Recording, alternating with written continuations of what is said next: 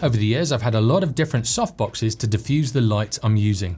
And one thing that really speeds up or slows down the use of a softbox is how fast you can put them together and take them apart. Some softboxes come in parts and they take ages to put together.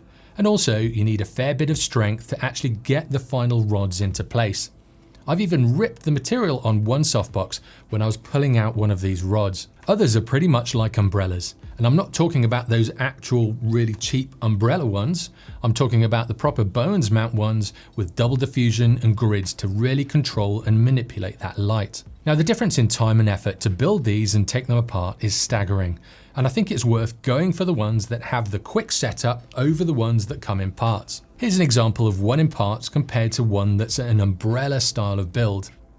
As you can see, the one that comes in parts takes ages to put together, whereas the umbrella style of softbox can be ready in seconds. The only advantage I can see to the ones that break into parts is that they can be packed into a much smaller space. So if you're traveling and space is a deal breaker, the one that comes apart would be the best one for you. But having a slightly bigger softbox when packed away is a small price to pay for the time you'll save and the ease of use. And also when you have to put in so much effort to get those last rods in place, it really does become a hassle, especially when you've been shooting all day, you're getting tired, it's the last shoot, and you've got to build them all again. When you've got the umbrella style ones, you can literally push the piece in the middle down, it clicks into place, and the softbox is ready to go. So if you're thinking about buying a softbox, make sure you get the one that assembles quickly, as the one that breaks into parts are really annoying. And if you're the manufacturer of these, please stop making them and just focus on the quick assemble ones.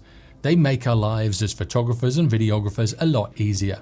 Now, have you had any experiences with either of these types of softboxes? If so, let me know in the comments below. It'll be great to hear your thoughts. And if you want to learn more about photography, click on this video next. Or if you want to binge watch a load of photography tutorials, click down here. And if you haven't already, be sure to subscribe for weekly tutorials in photography and videography. I'll see you next time.